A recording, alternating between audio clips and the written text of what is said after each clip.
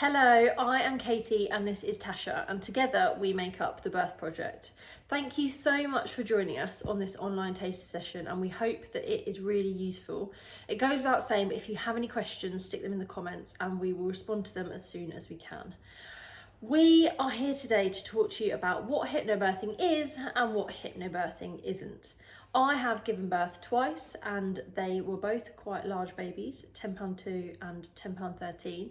And I teach hypnobirthing now because with my first birth, I think hypnobirthing absolutely changed the way the birth was for me. It could have been my son at the end had shoulder dystocia, which is an emergency situation. But through the entire process, I was calm and cool and chilled, and I was using my breathing techniques, and I was able to advocate for myself, and I'd done a really comprehensive set of birth preferences, and my birth partner was prepared, and it meant that my birth went really smoothly, even though we had some special circumstances. Fast forward on to my second birth, and I was already a hypnobirthing teacher by that point, but it really helped me again then because I was in consultant-led care. And it meant that I had to do a lot more to navigate the NHS maternity system. There was a lot of growth scans. I was being sent for gestational diabetes tests. I ended up actually getting induced on my due date for a number of reasons. But it was still even though it was a more medicalised birth, it was still a really, really positive experience for me. And I want everyone to be able to have a birth like that. And it's important that you do antenatal preparation so that you're not blindsided on the day. I have one son, and I actually, whilst pregnant, did Katie's course with my birth partner, Simon, my husband. And it was really beneficial in the sense that I am quite an anxious people pleaser. And one of my biggest worries was that I was just going to go along with whatever anybody suggested to me, and that I wouldn't be able to raise my true wants and needs when I was actually in labour because I didn't want to waste anybody's time. And I felt like the course really helped me in terms of being able to advocate for myself, and also Simon being able to advocate for me when I was busy giving birth, because he knew my birth preferences. So my son Sydney, again, like Katie, I didn't have a textbook birth. I was able to labour at home for as long as possible and didn't actually go into hospital until I was 9 centimetres dilated. Managed to use a TENS machine and just breathing, and had a really positive experience. But when we got into hospital, they discovered once my waters were broken, there was meconium in the waters, and Sydney was face presentation, so it was this part of his face that was coming first rather than his head. So there were a couple of red button moments, but I didn't feel scared at any point. I didn't feel overwhelmed at any point. They suggested I have an episiotomy. They wanted to do an ultrasound to check whether he was, coming the right way round, all of that sort of thing. So all of these kind of interventions that you don't necessarily think of in a stereotypical perfect birth, I had, but because I'd prepared and because I knew all of the kind of medical terminology, because you learn that on a hypnobirthing course too, I wasn't just hearing it for the first time, so I didn't feel scared at any point. And then during my maternity leave, I trained as a hypnobirthing instructor as well, because I want to help other birthers and their birth partners navigate it in a really positive way. That's a really excellent way to start your journey into parenthood, because it can have a huge impact on every layer of your kind of being. Yeah, what you don't want to do is start your journey in parenthood traumatised and upset about what's happened. And often with birth, it's actually not exactly what happens in it. So you'll hear mine and Tasha's stories and they both seem like, oh, well, a few things went wrong, but it's how we feel about what happened that is important. And because we felt in control and we felt listened to, we feel positive about our birthing process, and it meant that we could start parenthood in a really positive way. Hypnobirthing is about learning what happens in your body. So there's a lot of it that is science and how the hormones work. And when we go into labour, we have a whole orchestra of hormones at play, and some you want to be really high, that's your oxytocin, and some you want to keep lower, your adrenaline, which is the stress hormone and causes you to go into fight or flight. What we do on a hypnobirthing course is learn how your body works, and that in turn, with learning that, you in turn find out how to labour at your best, really. And both Tasha and I, with our births, not my induction birth but with my first birth, managed to labour at home for a really long time, and I would put that down to hypnobirthing.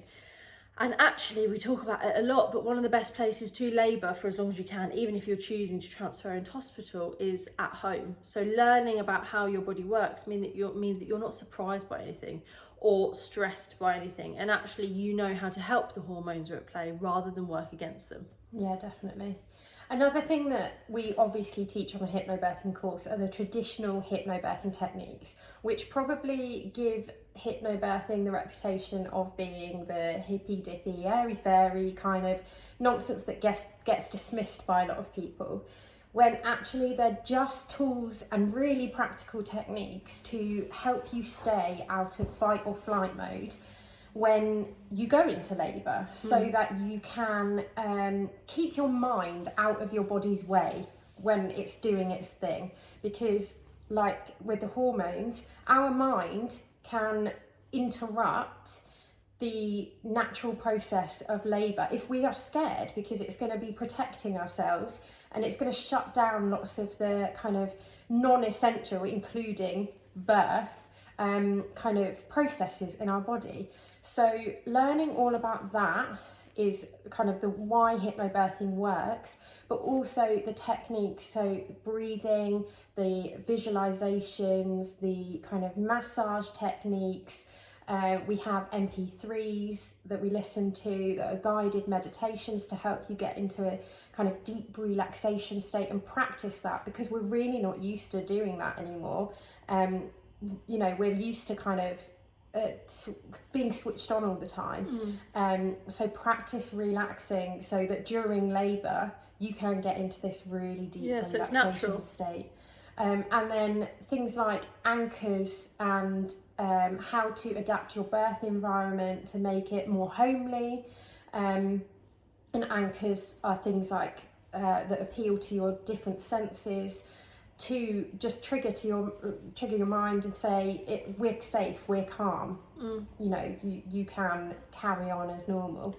Yeah, so that might be something as simple as listening to music that makes you feel really relaxed, having smells around you that take you back to relaxation. And these might be things that you start using in pregnancy. So an essential oil that's safe to use in pregnancy, for instance, you might be using in the bath for listening to your relaxation tracks. Then taking that into the labour room with you or wherever you're labouring means that you get those same feelings and you go into relaxation a lot easier. So yeah, as we've covered, it's about learning how the body works and then learning all the ways that we can help that. The other thing that it's really important for is talking about when you're going to go into labour and what's going to happen then, where you're going to do it. So this is the choice between labour ward, midwife-led units, home birth, if you're consultant-led, you might be in labour ward. How you want to do it. Do you want to stay at home for as long as possible? What do you think about pain relief options? Do you want to be offered them? It's about sorting out all your preferences. And also who is going to be at the birth with you. So your birthing team is really, really important, and it's not a given that it will just be your partner there. Because you can have other people, like maybe a family member present at the birth, and it's really important that you have someone there and the people there that can be your advocates and who you in turn feel really, really comfortable around, because they will make you feel better on the day. And it's important because obviously if you're in a labour ward, you won't have a midwife who's looking after you the whole time. So it's important that the person that's with you knows how to help you and what's going on and what the stages of labour look like and what they can do to make it the best experience possible for you on the day. And that'll be different for every different person. So we don't do a one size fits all approach. It's about exploring what things will fit in with your birth and how you feel about birth already. And I think it's really important in terms of the birth partner that we give them an incredible sense of confidence when they do our course. The hypnobirthing course isn't just all about the birther. Every step of the way, it's, and the birth partner could be doing this at this stage, or this is what you can do. They're not a spare part on the day. They are your biggest asset when you are giving birth, because they are your big piece of oxytocin that you are carrying into the birth room. They're your little piece of home that you are taking with you wherever you give birth. And they can just take some stress off of you as well, in terms of things. We always tell clients to pack your birth bag together and make sure they're in charge of your birth preferences. Make sure that you've done your birth preferences together so that you know what you want. So it's about them taking some of the stresses of the day off of you and not being a spare part. You're right. Yeah. And answering questions that are being directed at you whilst you're in your birthing zone. It's also about birthing positions and baby positioning. So talking about how you can get your baby into the optimal birth position, but also positions that you can use whilst you are giving birth to work with gravity, to work with your pelvic floor, to work with your pelvis, so that it's open, and so that you are as comfortable as possible in terms of making it as easy on your body, and how you are built. And this might not be the traditional positions that you'll see people birthing in the media. And in essence, it is about listening to your body more, and listening to what positions you feel are right. And we're not used to doing that. We're used to just being told, because we don't see people give birth. We're unaware of the positions that you can get into during birth that help that process and help the baby move down. The other thing, which I wish I didn't have to say, but I do, is it's about navigating the NHS. It's difficult at the moment because, unfortunately, the NHS are understaffed and undervalued and underpaid, and midwives are really, a lot of them are at breaking point.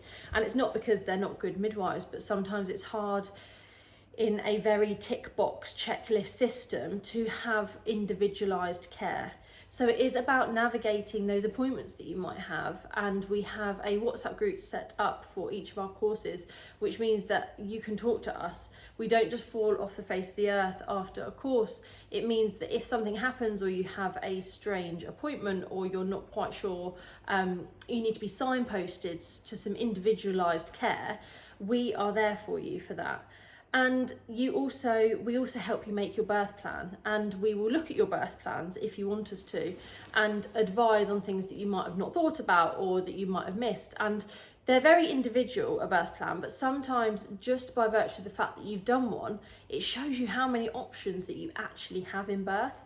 And there are hundreds of them, hundreds of different choices that you have to make, and you don't want to be making those on the day. You want to be making them before.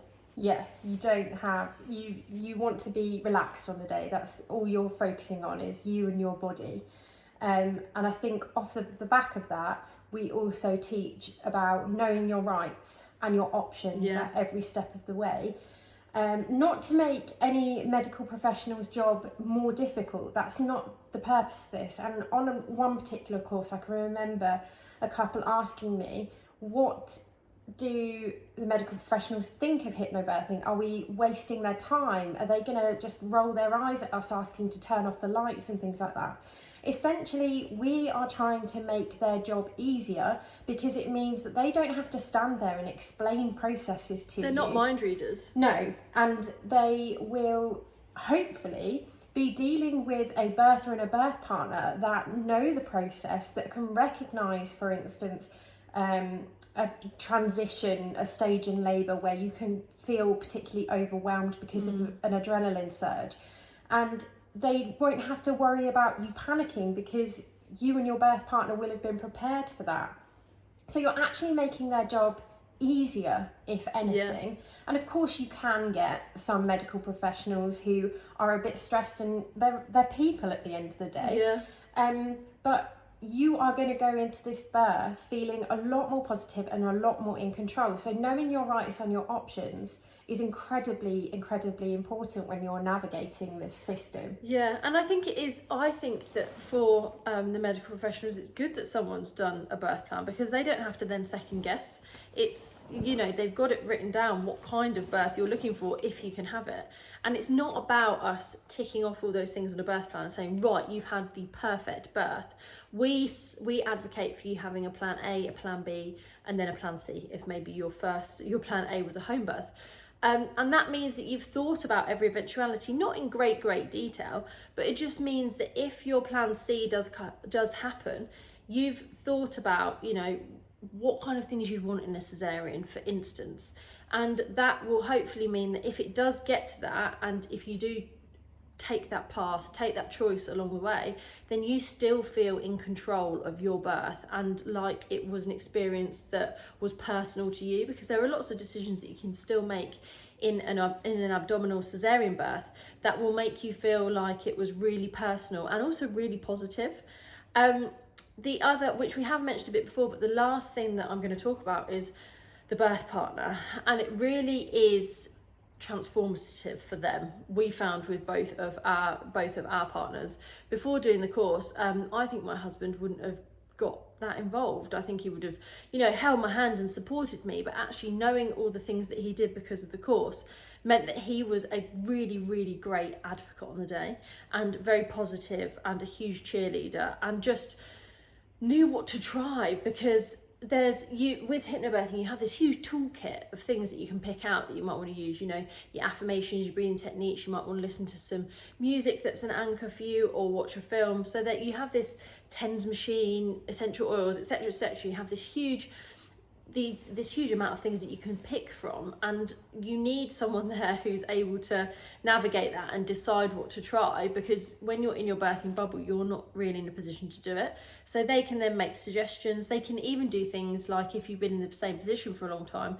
they can suggest a different birthing position, and just sometimes moving position slightly towards the end of labour can just help the baby move down.